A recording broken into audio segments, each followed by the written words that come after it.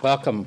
I'm David Levi Strauss, chair of the graduate program in art criticism and writing here at the School of Visual Arts. This is a final lecture in our fall series.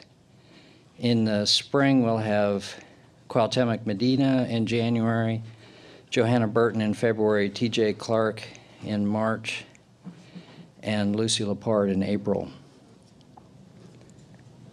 In a review of 3 books on art since 1945, written a number of years ago, Katy Siegel reminded the authors that, quote, "It is possible to write a definitive history as opposed to the definitive history. The history is no less definite and authoritative, no less potentially influential for being one of many. Every history shapes future histories." This has proved to be a guiding principle of her work as an art historian, critic, and curator. And now we have, or will have very soon, Siegel's History of Art Since '45, subtitled America and the Making of Contemporary Art, published by Reaction Books in London. Dave Hickey had this to say about it. Katy Siegel has discovered the next great art historical subject, the American moment, now long faded for reasons that are far from clear. In Since '45, Siegel lays bare the fragile historical coexistence of European ideas about avant-garde and the American predisposition for designed obsolescence. For 50 years, this schism has demanded both a cool American reason and an ironic European reason for loving the art we love. Katy sorts them out, rediscovers America, and opens a new field of cultural speculation. Katy Siegel is Associate Professor of Art History at Hunter College, Editor-in-Chief of the College Art Association's Art Journal, and contributing editor at Art Forum.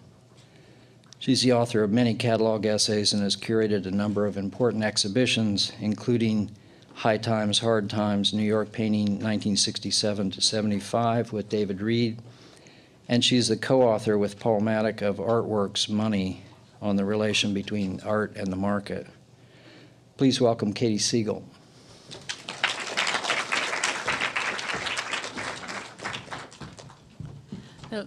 Thanks to Levi for having me, and thanks to you for coming at the butt end of the semester to hear one more talk.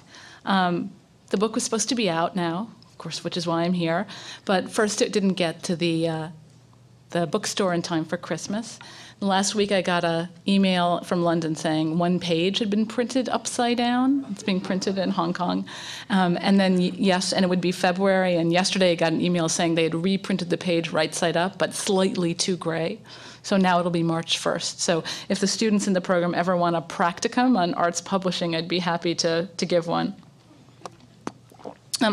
Right up on the screen right now is Walker Evans' photograph from 1937 of a crushed tin capital, a decoration in an American home. And Lincoln Kirstein wrote the introduction to the book and was talking about Walker Evans' eye, not only for the American vernacular, but for the pretensions of the humor of America adopting the sort of fake European classiness signifiers of, like, you can see it in the column, or if you go to Princeton, you know what I'm talking about, and the variations of the Tudor mansion or the Greek capital.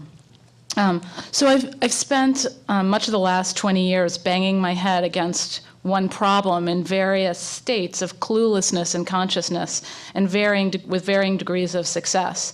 The problem is the bad fit between how contemporary art is accounted for in books and schools and placed into histories and museums, and how I experience this art.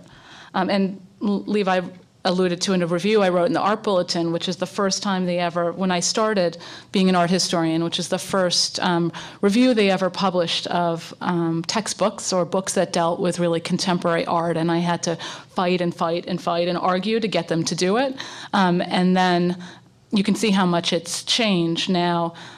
Like, that's about 15 years later, and now quite regularly contemporary art appears on the cover of the Art Bulletin, which is the primary art historical journal. So a lot has been happening to the field of contemporary art history in the last 15 years. The academic apparatus for understanding contemporary art, and this is something that hasn't changed, unthinkingly inherited, is so deeply ingrained in us that, like any ideology, we almost can't see it. Although, in fact, many people besides myself have identified some part of this ideology. Roberta Smith's criticism of curators' art, here in speaking of a review of the Ronnie Horn show at the Whitney, as ostentatiously brainy and formally withholding, or Jerry Saltz's ongoing complaint about academic criticism are only two examples. And there's Jerry's Facebook page. And that's a Reiner Ganal photograph of Rosalind Krauss lecturing. And the contrast, as an aside, the contrast between the critic as a moralizing authority like Hal Foster or Rosalind Krauss, and the populist, everyone's his own authority, predates Facebook in American history by about 200 years. So you'd have maybe Rosalind Krauss is Frederick Law Olmsted, and Jerry Saltz is John Dewey or something like that. My own conflicted history as someone engaged with art is both a symptom and an attempt to apprehend the problem from two angles. And I began from the historical angle, like I said, about 15 or 20 years ago, writing my dissertation on the ways that artists and critics in the post-war period understood time in its historical, generational, or social and individual dimensions, analyzing theoretical constructs like the paradigm shift and the epistemological rupture, as well as commonplace terms like the generation gap and the artistic breakthrough, and the very concept of post-war itself as a periodization. So I was interested in the idea of since 45, that should be in quotes in my book title, where does that come from and when does it start? The dissertation traced those constructs in art criticism of the 40s, 50s, and 60s, and it was a historical academic study in the sense of addressing a past moment, and also in that my main subject wasn't really art, but the way history itself was written, art history was written. This intellectual project seemed like poor preparation for my first teaching job in a public school in Memphis, Tennessee, where I found myself working primarily with studio art undergraduates and graduate students who wanted to know about contemporary art. They were making it, they were in Memphis, and they were clueless about what was happening in New York, and they needed someone who could go to New York and bring back slides of what was happening. My own academic training and knowledge had stopped with the art made in 1968. They didn't teach contemporary art when I was in school. So I began to teach myself piecemeal about more recent art. And I began with artists who were not only well-known, but congenial to a largely theoretical or text-based understanding of their work.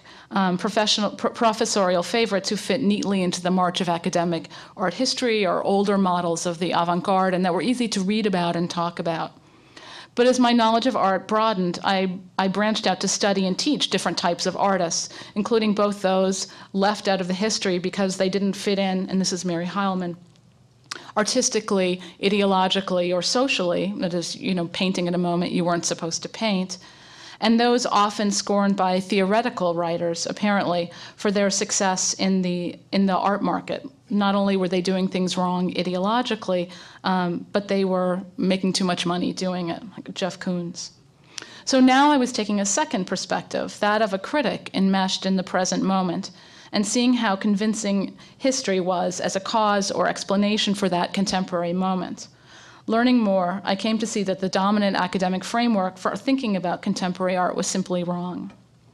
For example, in discussing American and contemporary European art, and still today, art from around the world, from Africa, from Japan, from South America, critics and historians relied too much on an older European model of artistic activity, framed in terms of a convention-shattering avant-garde, rejecting the market and repelling the public, with an insider intelligentsia leading clueless collectors to the important work of the moment. This model, of course, is enormously flattering to writers who can see themselves as dashing rebels rather than impoverished freelancers, guardians of the spawn of the upper classes at Ivy League universities, or simply ordinary professionals doing a job. Art historians have also tended to take for granted an autonomous history of a way of making art called modernism, which includes this avant-garde idea. Teaching contemporary art this way conditioned both the view of art from the 1960s and also the subjects that contemporary artists were supposed to be interested in, resulting in several generations of quasi-minimalist art. And this is the 2008 biennial with Heather Rowe on the right. issuing supposedly from constructivism and other European avant-gardes. So frequently you go to shows of very young people, and the 2008 biennial was just one example, where all of the talk is about the failures of modernism and about constructivism, which may or may not, which is doubtfully the thing that's most pressing to 20 and 30-year-old artists. Of course, American post-war art did have things in common with older European modernism: the general condition of capitalism, and art's place in this social system, the wish of some artists to connect to modernist tradition, and a history marked by discontinuity and rupture. But what art historians and critics almost never discussed were the American social conditions, history, or earlier art that might have shaped the new art, except in connection to work that overtly critiqued or was seen to critique America. Even while critics tend to divorce contemporary American art from an American past, I saw many artists who didn't fit this official history from the recent past and present as very much involved with the post-war art I had studied, revisiting its ethos of unfinishedness and experience. Amy Silman here, who's very interested in abstract expressionism, which has been absolutely taboo in art schools and in universities for a long time. And even taking on the subject of the Cold War itself, like Matthew Day Jackson. You see here two paintings, one purportedly, and they're made out of sort of charred wood, of aerial views of Japan and Washington after the dropping of the atomic bomb. Artists often also look back from 1945 to earlier American images and social conditions, Native Americans, the frontier, handmade homesteads, et cetera. Or here you see Sherry Levine with an image of Lincoln. So these artists, as so often, saw more than the critics. I believe that it is possible only now to see clearly what significant changes of that post-war moment were, ranging from the climax of the American century to the real meaning and extent of the often proclaimed death of the avant-garde, the premium placed on youth, the rise and fall of art discourse, and the figure of the critic historian, the increasing importance of the mass audience. My book is an attempt to do some of this. Instead of a historical narrative of the familiar modernist sort, it addresses a series of subjects set up as extreme oppositions that I see as central to American contemporary art. So the chapters are black and white.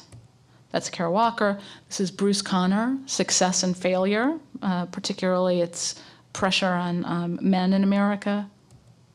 This is Al Ruppersberg and his 5-foot shelf, a play on Charles Eliot Norton, the president of Harvard, the idea that all of the books necessary for self-education could be contained in the volumes on a 5-foot bookshelf, and Al did this on the internet. The One and the Many, there's a chapter on that, and then this is Dana Schutz, Frank, the Last Man, Frank in the Desert, a chapter on last and first men in American history, art history. These chapters are all framed themselves by the pairing of beginning and end, a kind of meta-dialectic that I see as key to the structure of the historical period of art since 45, and that's what I'm going to talk about tonight. Overall, the book suggests a different way to think of the history of contemporary art over the past 50 years or so, since the ascension of the United States to world power. On the one hand, what happened in 1945, the dropping of the atomic bomb and the American victory in World War II, was an irrevocable wiping of the historical slate. On the other hand, it's also true, as I just said, that post-war art retains ties to earlier modernism. In addition, understanding art after 1945 requires attention to the earlier history of American art and the social conditions in which it existed, so as to see how this history interfered with the modernism that was created under European social conditions. So these things are all coming together in a complicated way in contemporary art. To make matters still more complicated, the kind of historical break that 1945 was understood to mark, merging the first man of a new age with the last man of Armageddon, is an apocalyptic one. Not just a rupture, but the rupture, the absolute endpoint to history, with startling precedents in American literature and historical imagination, a crisis-driven all-or-nothing tradition that dates back to the rhetoric of the Puritans. This is a clipping from a newspaper, the Milwaukee Journal, after the use of the atomic bomb in Hiroshima, and an imagining of what an atomic bomb would do to Milwaukee if it was dropped on the city. And in 1950, historian Perry Miller surveyed apocalyptic literature in the wake of its post-war American revival. The title of his essay, first a talk and then an essay, The End of the World, alluded to his own contemporary position as well as his historical biblical subject. Miller found the fulfillment of the vision of preacher Jonathan Edwards, in America the greatest artist of the apocalypse, as he called him, in the United States Bombing Survey, the latest entry in the apocalyptic canon, which described the predicted elements of intense light and heat, the uselessness of human institutions in the face of the American terror bombing of cities during World War II. And he treated this like a work of fiction. Miller was certainly not alone in making the connection.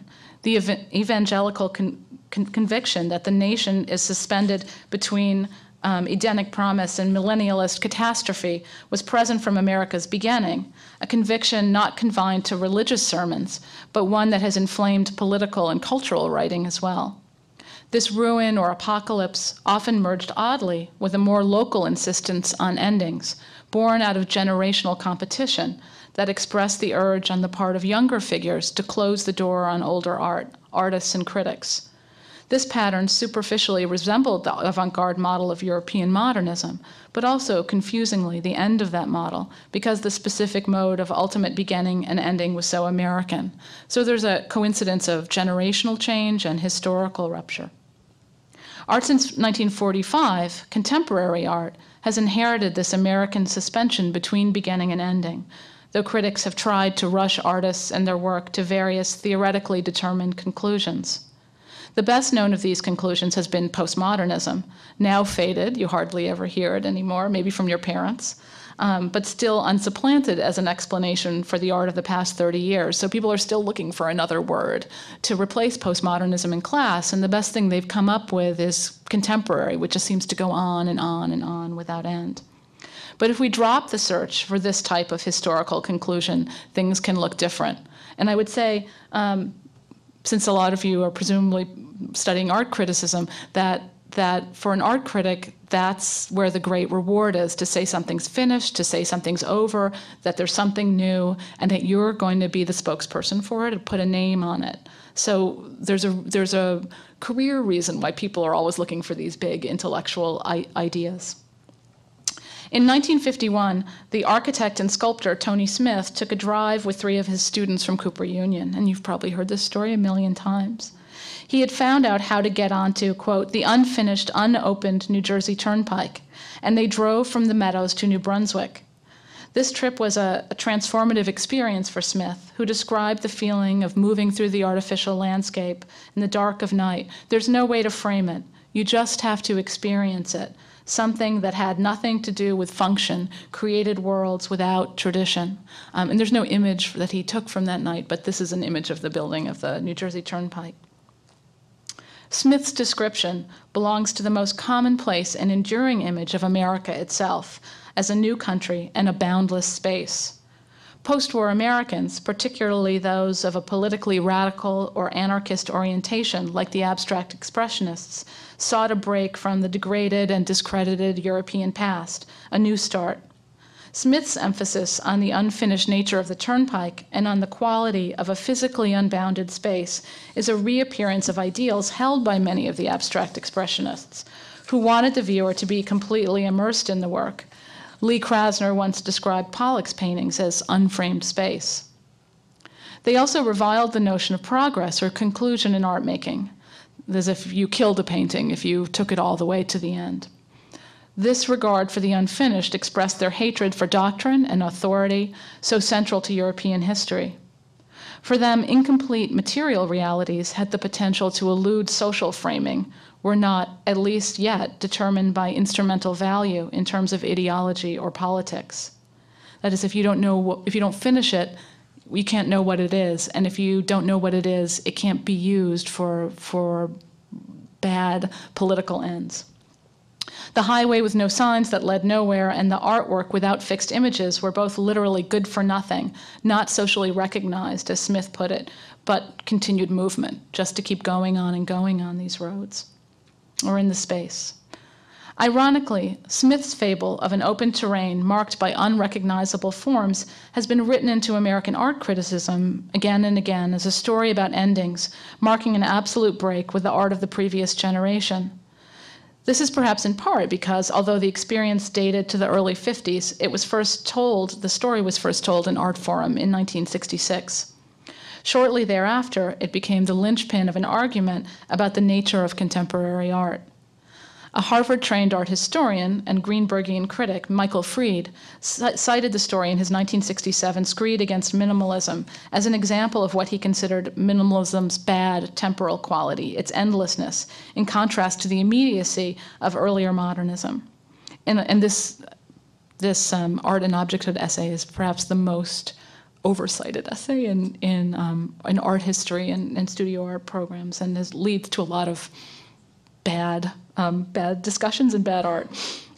In a letter written in reply to Fried, Robert Smithson celebrated Smith's experience, and the story surfaced in other of his writings as well.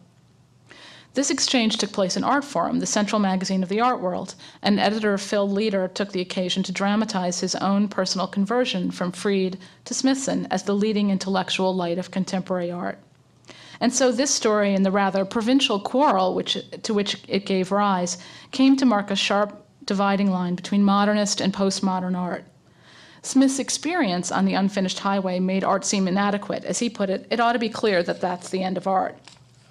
Those who read his account as a manifesto for a break with earlier art took it as an announcement of postmodernism. But generally, as in this seminal example, what we might call American postmodernism, until the mid-70s, when French post-structuralist theory was added to the mix, was really a mode of territorial competition among critics and artists that played out generationally.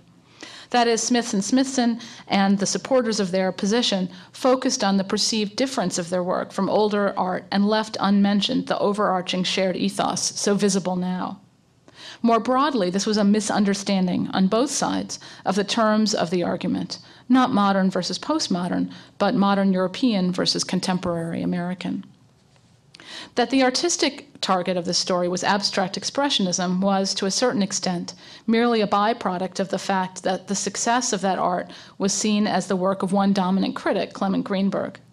Ironically, the image of Greenberg as an omnipotent figure was itself the work of a younger generation. Along with Fried, Rosalind Krauss first built up Greenberg while she was studying at Harvard in the early 1960s to a status far beyond what he enjoyed in the 1940s and early 50s, publishing an essay by him, How Art Writing Earned Its Bad Name. The admiring students chose Greenberg as their model and as an antidote to the hated belles-lettrism of Harold Rosenberg and other writers, praising him for the objective quality of his writing. The break with Greenberg, subsequently, was thus at base a generational and professional power struggle and not much more. Starting in the late 1960s as post-formalism, it coalesced into a declaration of something new in sculpture that broke from studio production and/or conventional gallery display. This was replaced by an orientation to the cultural landscape rather than to artistic invention, and passed through theoretical concerns like free semiotic play to more socially oriented explanations, like the supposed shift of the economy center from production to consumption. Krauss first located postmodernism in the late 60s with the advent of important young artists of her generation whose work seemed different from abstract expressionism, differences which she strenuously magnified and which today have faded. Later, she moved the shift from modern to post to the mid-1970s, a quite different moment socially, defined by the disappointments suffered by the social movements of the previous decade and marked by the end of economic prosperity.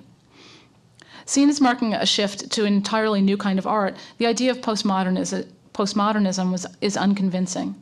The perception of a shift away from the optimism generated by American victory and the end of World War II is more tangible and plausible. The post-war economic golden age did come to an end in the early 1970s, although many, including most artists, had not shared in the general optimism of the 1950s. So when people attack abstract expressionism for being part of the triumph of America, most of those artists felt pretty alienated from the American government.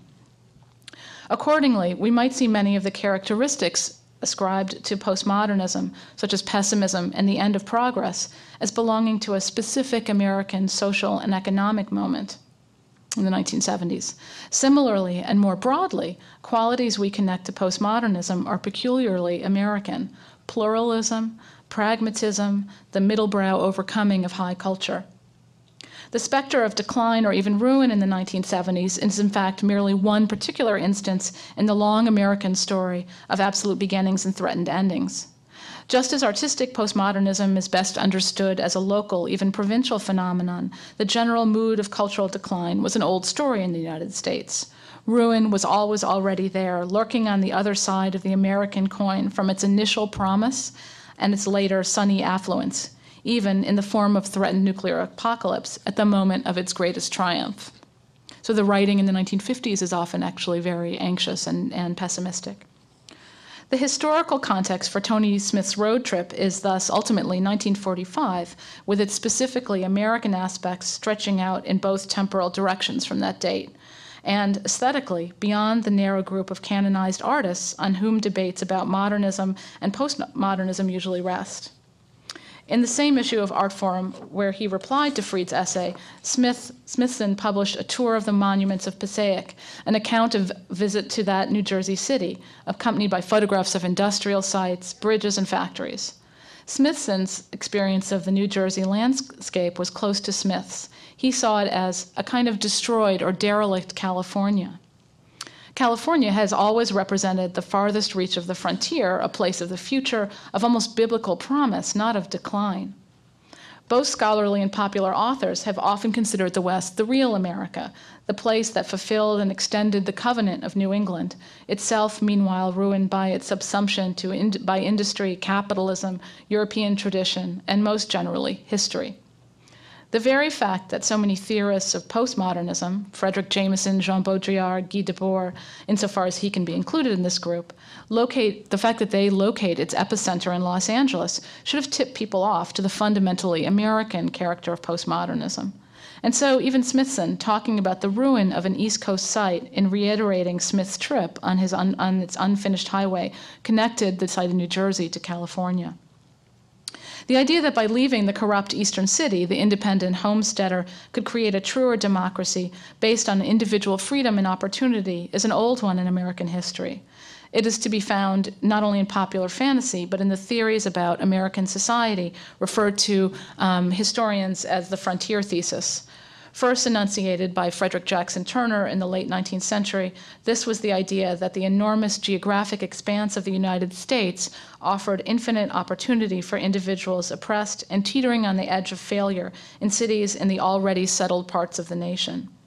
The West thus represented the hope of the lost hope of the East, too mired in old European ways, although Turner recognized that Thoreau's New England of the 1830s had broken from the elitist tradition of the colonies and was in sympathy with the radical democracy of the West. Smithson's phrase showed us the real future of California rather than its imagined infinite possibility, the submission of the West to civilization, and the revelation of the truth about America embodied in California. Dorothy Lang, who you see up here, Dorothy Lang in An American Exodus, A Record of Human Erosion, photographed job seekers, and there are other photographs of the indigent looking for work, traveling highways westward in the 1930s. The final chapter, Last West, showed the betrayal of the promise that drew those migrants to the West. Later photographers foregrounded their own transformative experience of the road. Robert Frank and Joel Sternfeld, like Smithson, started their journeys in New Jersey, which represented not quite the cosmopolitan quality of New York City, but the industrial suburbs, something more tainted than the pure Americanness and naturalism of California, although their California is ruined too. This is here Sternfeld, who moves from east to west, but the West is already always seen almost after an apocalypse. The California narrative of Edward Weston, in 1937, the first Guggenheim Fellow in photography, and all of these road trips are sort of sponsored by the Guggenheim, it's interesting, could have been ghost-written by Smithson if he had been old enough to write it. Weston wrote that he saw wrecked automobiles and abandoned service stations in the desert, deserted cabins in the high Sierras, the ruins of Rhyolite, ghost lumber towns on the bleak north coast, a pair of high-buttoned shoes in an abandoned soda works. Years later, Southern writer Eudora Welty made a similar list to describe the work of another photographer, William Eggleston. Quote, old tires, Dr. Pepper machines, discarded air conditioners, vending machines, empty and dirty Coca-Cola bottles, torn posters, power poles and power wires, street barricades, one-way signs, detour signs, no parking signs, parking meters and palm trees crowding the same curb. In these lists, and there are other lists like this in Robert Frank, Jack Kerouac, in these lists, the brand new and the already trashed began to blur together, both equally the waste products of American culture, the vaunted vacancy of the American novelty, always already carrying the ghost of its ruin. Should we be surprised that Eggleston titled a collection of pictures gleaned from the trips he made between 1965 and 1974 from the southeast to the west that he titled this Los Alamos after the secret laboratory that made possible a quantum leap in destruction? That book features a famous photograph of a bag boy pushing a line of grocery carts in a supermarket parking lot in Los Alamos. Eggleston gives us the young man in profile, with the sun raking low across his body and casting a strong shadow on the white brick wall behind him. The poignant shot casts the cart as a kind of stand-in for the real power and mobility of the car, with shopping as a poor and curtailed substitute for real freedom, and he also is in a parking lot where the cars are not going anywhere. 20 years later, Katie Nolan tied the two together in works like her assemblage sculpture, A Cart Full of Action, from 1986, featuring a small grocery cart loaded with car parts and other metal junk. The action of the title might be driving around drinking and throwing cans out of a moving car, something she talked about enjoying. Littering is one of the pastimes Nolan marks as American, with its own perverse pleasures. Or she might have been talking about action painting, Harold Rosenberg's preferred name for abstract expressionist painting.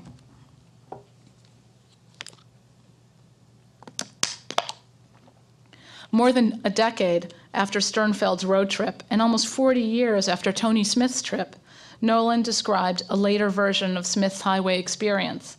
Quote, the highway is dotted with piles of metal and other materials. It's difficult to tell if they're left over or if they represent some project in progress. The state of being temporary or in progress is tolerated in the US, and we sympathize with the intentions to complete. In a way, the temporary is really our own vernacular, and the permanent always seems a little phony on Americans, as if we were trying to put on European airs, end quote. For Nolan in the late 1980s and 90s, the unfinished is no longer purely and unambiguously positive and lively or organic, although it's certainly American. While Smith was exhilarated by his experience, for Nolan, it isn't clear whether the American project is not yet finished, leaving open the possibility of growth and life, or in a state of ruin and decline, one that will remain unfinished. Reflecting this uncertainty, her own sculptural installations use scaffolding and other rectilinear metal forms surrounded by piles of objects to suggest the tension between the possibility that an accumulation of stuff could become something and the possibility that it's just that, stuff. She draws together the sense of movement, mobility, and the unfinished with that of the extremely finished, with junk. Action 2 is the ideal of American mental health and self-realization, the will to be and to move and do, the absence of depression, the 20th century counterpart to neurasthenia in its ubiquity and pathology. Robert Gober, who's interested and close to Nolan, was invited to represent the United States at the 2001 Venice Biennale, where the ersatz miniature Monticello that serves as the U.S. National Pavilion was the perfect setting for him. The exhibition consisted primarily of sculptures that, along with drawing, have been his primary artistic focus, modeled after ordinary objects like a laundry basket and Americana such as a butter churn. In the entrance to the odd structure stood a sculpture of a toilet plunger, recalling not only literal bodily waste, but the wasting of the American ideal in the violent police attack on Abner Louima.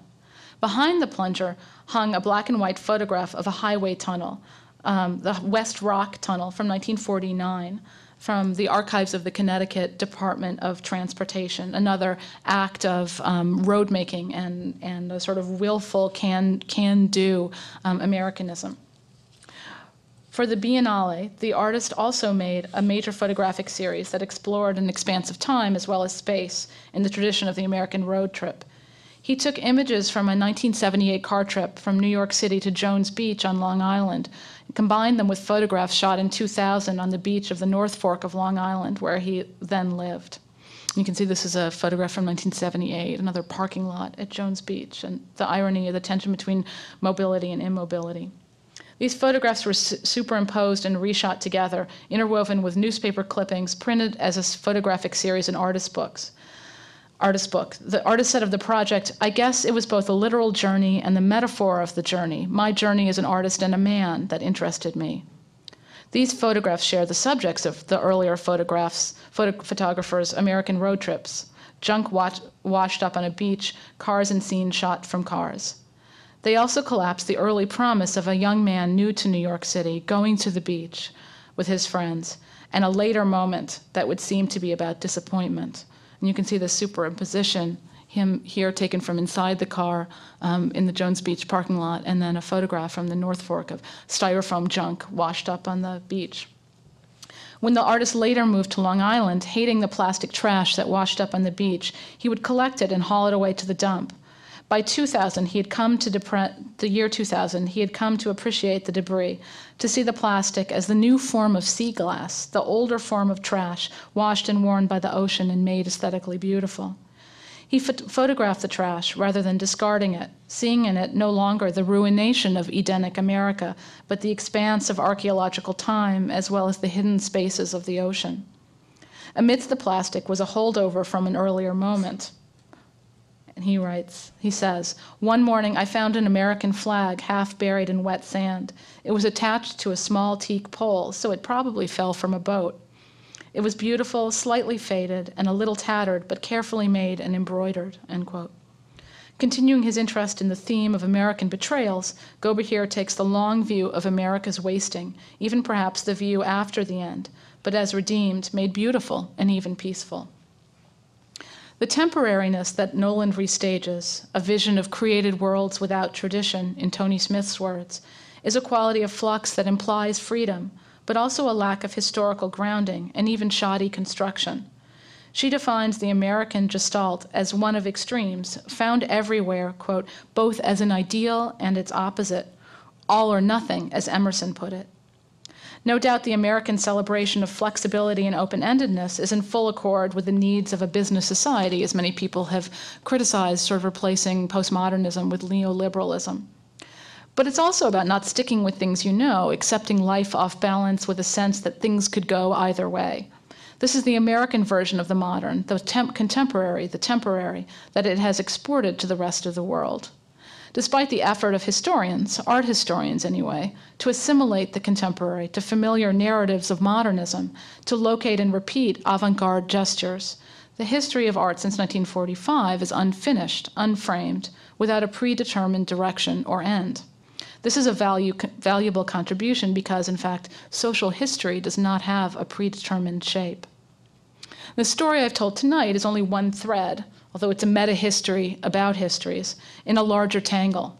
It's almost impossibly complicated to think the form of history, especially to try and think a new version of it, to get out of the one we have, in its conflicted nature, and to leave it conflicted, and to think about all these things at the same time.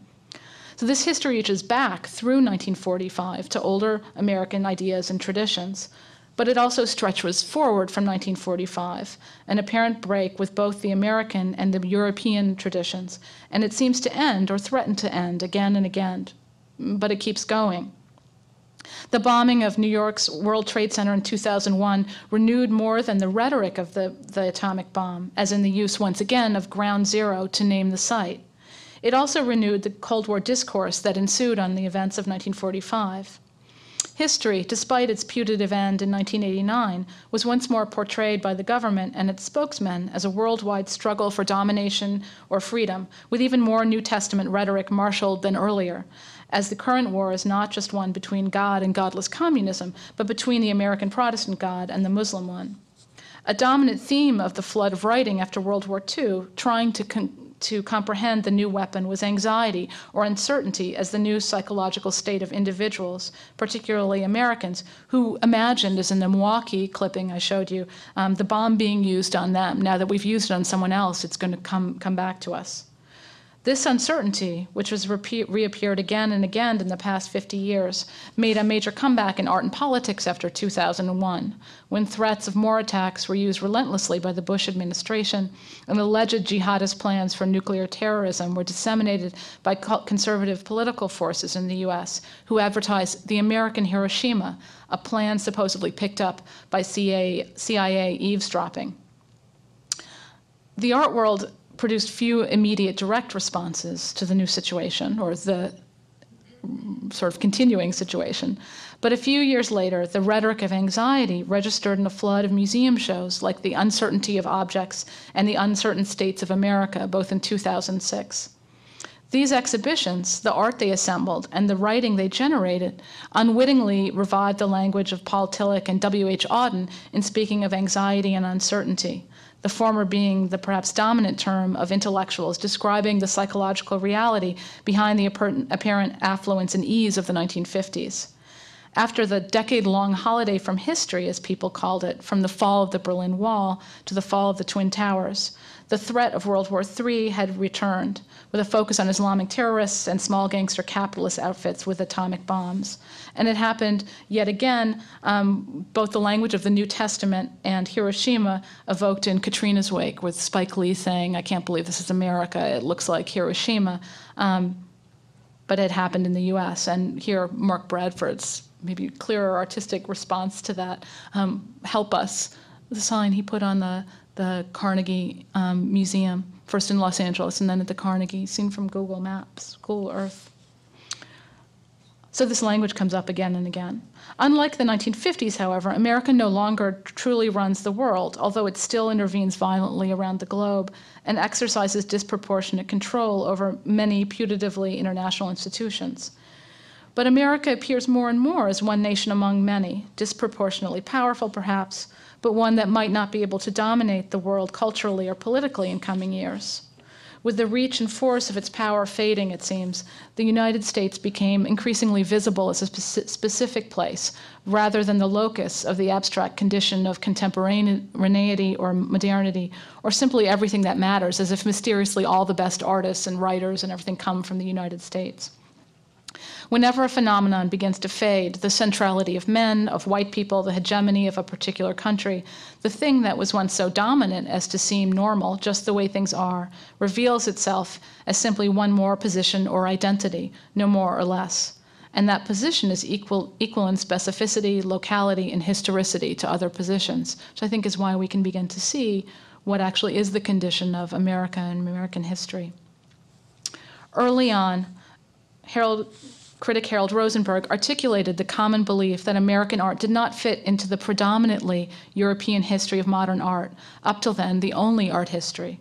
Quote, "Despite their efforts to prove that American painting and sculpture breathe naturally in the history of art, alienation from the past remains the inescapable condition of American creation." Unquote. Rosenberg implied that in some way, both American art and America itself repelled historical thinking. All was beginning, nothing ever gets finished, nothing is seen to its end, despite the perpetual threat of destruction and collapse, one that never quite arrives.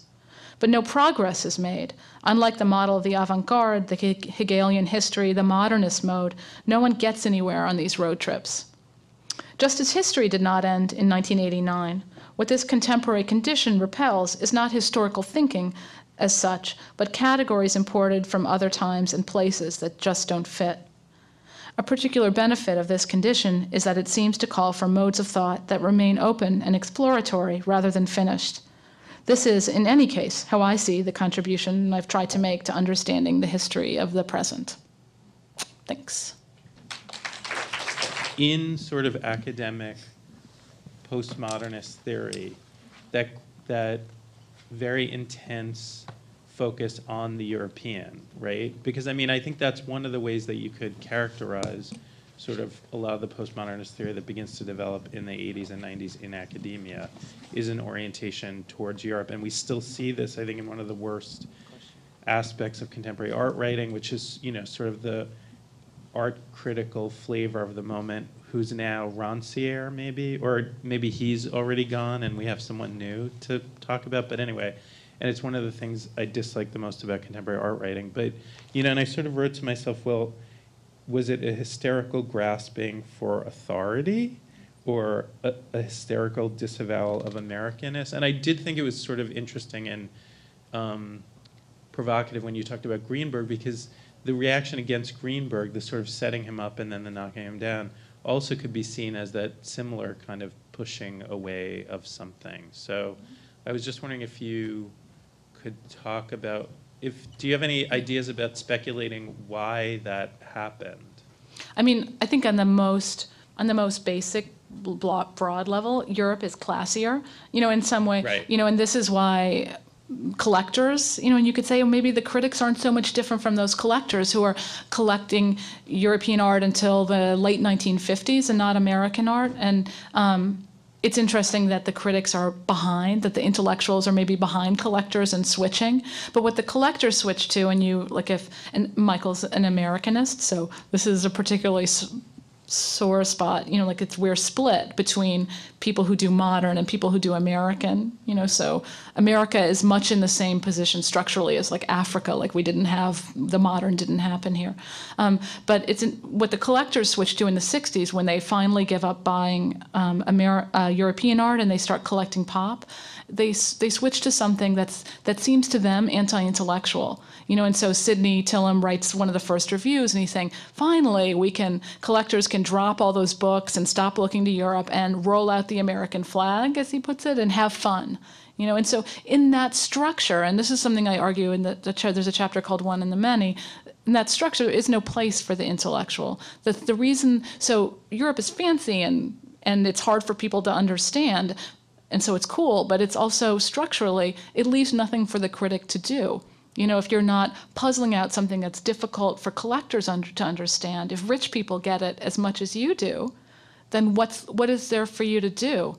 And it's worse, you might say, even Peter Sheldall, who writes for a super broad audience, says, now when he reviewed the Gates, nobody needs me. Everyone can decide whether or not they like that color of orange for themselves. So that's the most extreme version, but I really do think that's what it is. Something that there was no place for the critic in America and in that structure, but everyone was supposed to be their own authority. Does that make sense? Yeah, so pop almost challenged pop and some of those new modes of the 60s kind of challenged the authority of the critic and the reaching towards, I want to say hysterical reaching towards certain of these kind of European modes was a way of replacing it or reinstating it. I think in the most basic sense, it's not pop itself. Pop happens to be the carrier of this moment, but that it's I would argue there's not a real rupture so much between pop and ABEX as that this is the attempt to continue the European model of the place of the intellectual on one hand and the real emergence, which took a while after World War II, of an American social structure in art, which is not to have an authority telling you what to do. And I think that's become more and more true. And collectors listen less and less, and now they don't even really look at art for them. And this is, as it continues into someplace like Russia or the Ukraine, and the money is there, those people are really not paying any attention to what critics say. Right.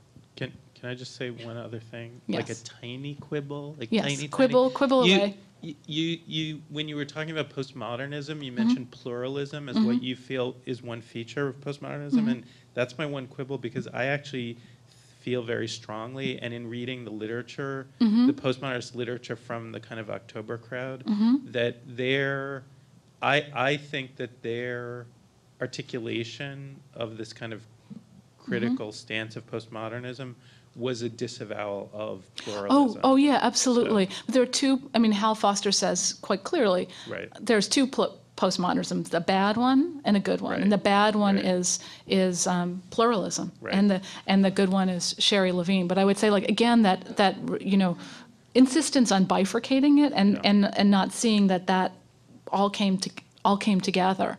Right. So so I thought I think at that moment when the critic loses, and that's another history, the critic losing control, is part of what Michael is talking about.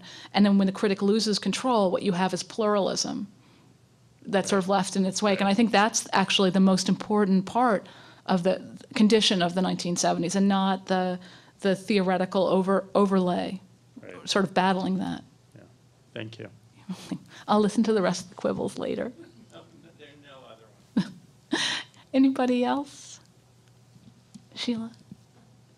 Thanks. I just want to pick up on that pluralism thing, and I know that there's a group of art writers in the room, so I want to kind of turn things around and say that maybe artists were reaching out to other kinds of intellectual material as a way to bypass the critic. Like what kind of? That we would read feminist literature and queer theory and philosophy and other things and interpret directly and understand directly instead of having to sort of wait for an interpretation that came to, in some cases, to, uncomfortably didactic ends where every intention was then carried out absolutely. But, from an artist perspective, postmodernism is still a fairly good and plural thing, and that it opened up a kind of lateral dialogue between different kinds of intellectuals, and sometimes included critics and sometimes didn't. I think and I'm not sure if you're saying, that arguing for a positive to the European theoretical overlay that Michael is criticizing, or I think, just personally from my own perspective, at a certain point, I didn't really care where the literature was coming from. It's in a very kind of, you would say, maybe American way. Whatever was available to me is available to me, and I'm going to take advantage of it, and I don't really care. I would say two things, and one is that there are MFA students and MA students in the room, and artists read things quite differently than MA students or than art historians who are looking for the right answer within a discipline with conventions and hierarchies they have to function in. And artists are free to do whatever, read whatever they want. I think in a class yesterday, one of the MA students was saying enviously of an MFA who presented material, how free he felt to juggle the historical material and the ideas instead of doing it the right way. And he suggested she go make a painting. But the other thing was that it's one of the great ironies of theory, of course, that what came to be called theory is that something with the ideology of openness and undeterminedness became something that was so authoritarian, like the most more authoritarian than Greenberg in a lot of ways. And in that way, completely agree with you, having spent considerable time with the October kind of, being in Boston, being in the shadow of that, and having the other end of it, though, is without it, there's a hole. But then what's so weird about, and maybe this is tangential, so the person who is the spokesman for pluralism, or the spokesman, one of them was sort of Arthur Danto, and no disrespect to Arthur, but maybe seemed to be some people a weak spokesman for that. But and then the issue is, then the question would become, why wasn't there a stronger spokesperson? If you had Corinne Robbins or people writing various sort of statements about pluralism, because it's hard to have a theory of pluralism, or to so you could say on the one hand maybe it's just a coincidence there wasn't someone smart enough, or you might say there's nothing in it for you because it automatically says I'm not important, but there's all this different stuff. I'm not going to tell you. It's not the critic saying there's one important thing and you better get on it or you're going to miss out, because in 50 years everyone will know that was the most important thing. But it could also be that it's a condition that it's fundamentally impossible to be a spokesperson for. All you can have is many, many people speaking for themselves, but that's not the way the sort of market end of the institution is set up. And I'll leave the microphone up after this, but I would say that there's no way to represent pluralism because we don't actually have pluralism. Hard Times was a really good example of how there were other people included in that story that no one had thought to include, like Jack Whitten or Howard Dean or whoever it was. And I think that's why, from the perspective of needing pluralism to survive and having, WAC, that exhibition finally enter a kind of canon, that there's maybe in the next 50 years a hope for a kind of performed pluralism that none of this can predict. I think that would be such a great job for young art critics, or such a goal to say, how would I write about this? Yes, how would go I do that. think about it? What would that sound like or look like? Or how would I develop those ideas in some interesting way that could be argued, that wasn't so unnamed that it was just everyone out there doing their thing, but that had enough discourse that people could start to talk about it. There's like a huge gap and hole in art criticism in terms of no one really trying to do that. Could you comment on the disparity when Dorothy Mueller traveled and showed to Europe, which at the time it coincided with the rise of American power, so to speak, which more or less uses the model of freedom of expression, where at home it's been condemned, especially by Republican senators, particularly George Dondero from Ohio, for instance. I'm bringing this up because what's happening now with Smithsonian episode. So do you think that was the beginning of that kind of relationship, European modernism, and make claim towards the beginning of abstract expressionism or New York School, so on, at the beginning of American art? So when I think Fong is talking about the New American Painting Show that toured Europe in 1958 to 1959, which is most of the big canonical names in abstract expressionism. Right. But there's always that weird problem for abstract expressionism that is on the one hand seen as some kind of triumphalist pawn of the United States government now, beginning in the 1970s. There's the art criticism and art history writing about it and how it was used by the CIA or Rockefellers or whatever. And you have to say, well, first of all, people like the senator and didn't like it. It was so weird and confusing. It's quite a different thing to talk about, one, what the artist felt, and most of them were, at the least left-leaning Democrats. I don't know if they actually voted, and at the most extreme, both Newman and Reinhardt were serious anarchists. So there's what the artists felt they were doing, and you can't really be held responsible for what happens when you put your work out in the world. It's not your fault when it gets sold at auction or doesn't sell at auction or whatever. So there's that, and then there's that irony that it's seen as promoting America, which it was used to do, which wasn't their intent, but at the same time seen at different historical moments as quite threatening, and in the 1950s, seen as something that was really too difficult and weird and private. It didn't address the public, that American art was supposed to be for everyone, and this was very private and difficult to understand, those weird symbols and stuff they used, like Gottlieb or whatever. And then in a later moment seen as American. And then I would say the other thing, which is not fashionable to say, it really did represent freedom. It wasn't just the ideology of Western capitalism and freedom, the idea of it. I think it really did feel like freedom to the artists, but also there are a huge number of young artists. If you read the reviews of New American Painting in the European art magazines from those years, the people who were there were young artists. They weren't officials of the German government. The critics tended to hate it. The young artists really loved it, and it did represent a kind of freedom to them.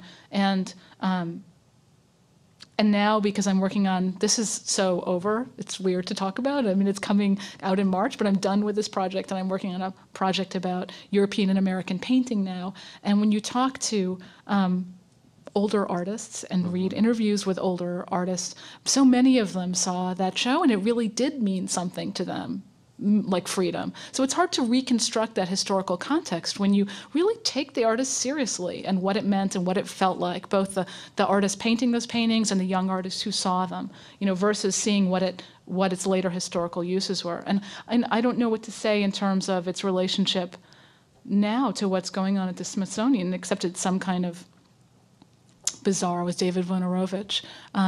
It's some kind of bizarre, repetition of this, like Giuliani and Sensation, and over and over again, and it's clearly done without any degree of belief or intention, or Right. No one really believes these things. Well, it just it goes back to the 50s, McCarthy, censorship issue, and that seemed to sweep across the board, not just through the visual art, but in literature, the whole history of literature and political activities. I mean, it plays into the idea of America as provincial and Right. and suspicious of art, and it certainly is all that. But I think you also have to remember that these are very small constituencies that are being, just like only like 20% of Americans vote, and that's who, like the Tea Party or whatever. It's teeny. I don't know how represented it is of America. You know what I mean? It's a couple of people they're stirring up. It's not millions of people. Like maybe if you went and showed the David Wojnarowicz video to everybody in America, there would be a lot of people offended. But I'm not so sure. And I certainly nobody cares without being prompted, except for this very small group of people. But it is funny the way it keeps being reenacted. But there is also the aggression against homosexuality, explicitly expressed in art, basically. I think we tend to forget that when Jonas Mekas showed Flaming Creature, he was put in jail, and then a few months later, Lachinda Moore was also screened on the threat that Genet would come over to defend his film. But I would say about that first of all, Europeans aren't so crazy and great about homosexuals either. And Boselitz's first show was confiscated by the police in 1961. So art is seen as suspicious, I think, by most people. It's something for weirdos. But it does remind us that, again, when you criticize Jackson Pollock and all these abstract expressionists for being macho and all of that, that's a later idea. And that at the time, there is this deep suspicion of the artist is art is not something for a man to do. So there is that weird historical, that part of it I think is peculiarly American, the linking of homosexuality and male homosexuality in art making. But this is something I'm not an expert on by any means. But it's obviously chosen by the government just to drive everyone insane. I mean, it's a totally different kind of disease from not being able to picture anything to having an extremely specific picture that people can't understand the metaphoric value of. I mean, it's radically different kind of thing. And I would say this incarnation, the dating of the pulling of, I mean, everything about it seems almost to be a caricature of 1989 and posed as such. And I still have, it's way more complex than the 89 version of it, but it's also not getting a lot of, it's like, okay, we're going to write our letters, and I'll be curious to see what happens. Yeah, it is, I mean, Sheila's completely right about that, but it is interesting that it really seems so unmotivated, like really nobody cares. The bad people who are doing it, it's so transparent. Well, the other thing is that we've already given away our funding. I mean, 99 was critical because we still had an NEA that you could get a grant for your show, or I could get a grant for as a living artist. I mean, I think that's the piece we forget. So the money is now the Warhol Foundation saying we're not going to fund any more of your stuff, which is fairly invisible to most of us who don't necessarily understand how art gets funded. Slightly different topic. When I think of all the things that have changed since 1945, I think of like the rise in MFA programs and MA programs, like a lot of students in here are in tonight, and a lot of artists. And I was even looking at the recent Modern Painters. It's like up-and-coming artists to watch or something like that. And I think there's 9. Of course, 5 are American. And all 5 of them have MFA degrees. And in my mind, this kind of, I mean, it points to a different kind of commitment for a younger generation, maybe where they think they need to go, or some sort of path or trajectory. And it seems like it's being supported. Do you Being see- supported by whom? Well, I mean, for one, supported by, I mean, I want to point to someone like Dana Schutz and Jules de Balancourt coming straight out of an MFA program to like great commercial and sort of critical acclaim, to even the example I mentioned in the Modern Painters, like in the critical press. Every single American artist has come from one of these programs, and I'm just curious if, I mean, obviously it's too new to speculate where it's all going to go, but do you feel like you've seen a big sort of, or a shift in any way over the last like 10 or 20 years? I mean, I think part of this, again, is like comes out of 1945 and the GI Bill, and I don't want to make that some magic thing that spawns everything, but like if you read Howard Singerman's book, The Art Subjects, which says everything smart you'd ever want to know about MFA programs, that's what he talks about. But I would say, I guess for me, that happens partly, and I talk about it a little bit in the success and failure chapter, in the idea that art school is for success. You know, like what the last couple of years, and the terrible idea that the MFA is the new MBA, and your idea that, oh, everyone is successful and the young artists get to come out and make money, which still is such a small fraction of people, that there is a particularly, again, an American model of like being a professional, going and getting vocational training, getting a job, and then it's all on you, whether you make it work or not. Not successful, you're a loser. You know, so I think that's a very different model, again, from the bohemian working in the garret, or socializing and not being a professional. And again, this is something that starts to change. It changes in the U.S. because there's a different idea of work and a professionalism around work that you don't see in Europe, and it only becomes exacerbated as the market heats up in subsequent decades. So I'm actually having to write an essay now about art school, and am stuck for a big reader, and I'm stuck with the terrible problem is, has anything happened since Howard wrote that book? And so I'm not sure that it has, actually. So I haven't written the essay yet, but I'm not sure anything different has happened, except what I would argue that in the last couple of what I've seen change since I started teaching at Hunter 10 years ago was that when I first was at Hunter for the first couple of years, the MFA students really hated they hated Matthew Barney. And everything seemed so big and expensive, and he was so cute, and it just all seemed impossible to them, like at least the money of getting together for a big production like Gursky or Barney. But they also really hated the kids at Columbia once Columbia started to heat up, and Yale. And now they don't, because those kids now, like sometimes they get hooked up and it works out, and yes, they have a lot more people coming through their studios than we do, but it's not a guarantee anymore. And I would say that something has happened to the scale of the art world in the last couple of years, and something has changed with the sheer quantity of artists produced, that there is no ticket like they used to think, and it used to be true to a certain extent. You go to the right school or have the right professor, and you will succeed. And I think now that's changed, and they also feel like there's no one dominating, like there's no Matthew Barney they hate, there's no one who seems to dominate everything and get everything, and I think that's part of the loss of a mainstream as part of the avant-garde system, like the idea that there's a central idea. So I think they really believe in pluralism the way that it's hard for someone my age to believe it, if they just intrinsically believe in or feel their condition is pluralistic. They know how many artists there are. They know that no one's going to dominate, even if they're really successful. All they want to do is be one of many people, which I think is fantastically healthy, politically and psychologically for artists. So I would say, to me, that's the big change, the only change I can see in the last 7 or 8 years.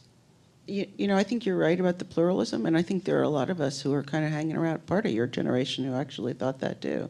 Mm-hmm. But I also think that it's market related. And I mean, part of my generation of critics, probably artists, know that maybe things are pluralistic. But I think this change happened before the market crash, to me. It happened before.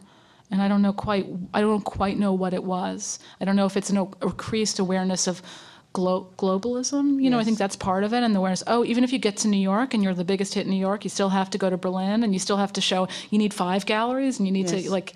It just seems like okay, whatever. So I was really taken with the way you talked about temporariness, especially in terms of was that a Katie Noland article that you were quoting from, or was that? It's an interview. It's probably the one everyone quotes with Michelle Cohn. Oh, okay. I think I know. But I was wondering if you could talk a little bit more in terms of contemporary, like, now that Noland has made herself extremely temporary and left us. Maybe that's not the way to put it, but do you still feel like that's something that artists are grappling with today in terms of, like, I mean, very, like, super contemporary, this idea of everything being sort of temporary? Or is it just American artists, or is it beyond? So I think I think a lot of these ideas are still around, and I think I only picked up on them because I saw people doing it. You know, it's not like I'm some big genius or whatever, but that I saw people doing it, and then it intersected with the stuff that I had already been studying. So I do think that it's still around. And one of the big problems is now is it sort of ending because America is receding as sort of the dominant force in politics and in art, or is it because the version of society and capitalism that we have is still so shaped by America's dominance over, and America's still the biggest economic power in the world, and New York is still the center of the art world in certain ways. So is that shaping what other people are doing? And you might have a better sense than I do because you travel a lot. You know, I don't know, but I see it. I guess I was wondering if the temporariness is somehow connected to capitalism or to like a certain economic model. I mean, when you were showing the Noland, I was thinking of Getty Siboni's show and this junkness and the at-handness of things, and I just. In young American artists, you see it a lot. You know, you see insulation and wallboard and like all of that stuff, duct tape. You see all of that stuff all the time, and things that look like they were thrown up. You know, which is also part of the reason kids at Hunter don't hate someone like Matthew Barney, because that's not the figure of the moment now. And something like Unmonumental, or recent shows that look completely dominated by this kind of art making. For European art, I don't see it quite the same way. Although you could, like everything else, there are these larger conditions, and Europe is part of the world. So you certainly see artists who do that, are interested in that, but it doesn't seem as dominant. And the whole idea of DIY is so much more dominant in American culture and in American art. And you see just the beginnings of it in European culture, of localism and all these things that I see as connected to the temporary. So why they certainly are in a condition of neoliberalism and all of that we associate with flexibility and temporariness, it doesn't seem to color the art so much, I think. So, thank you.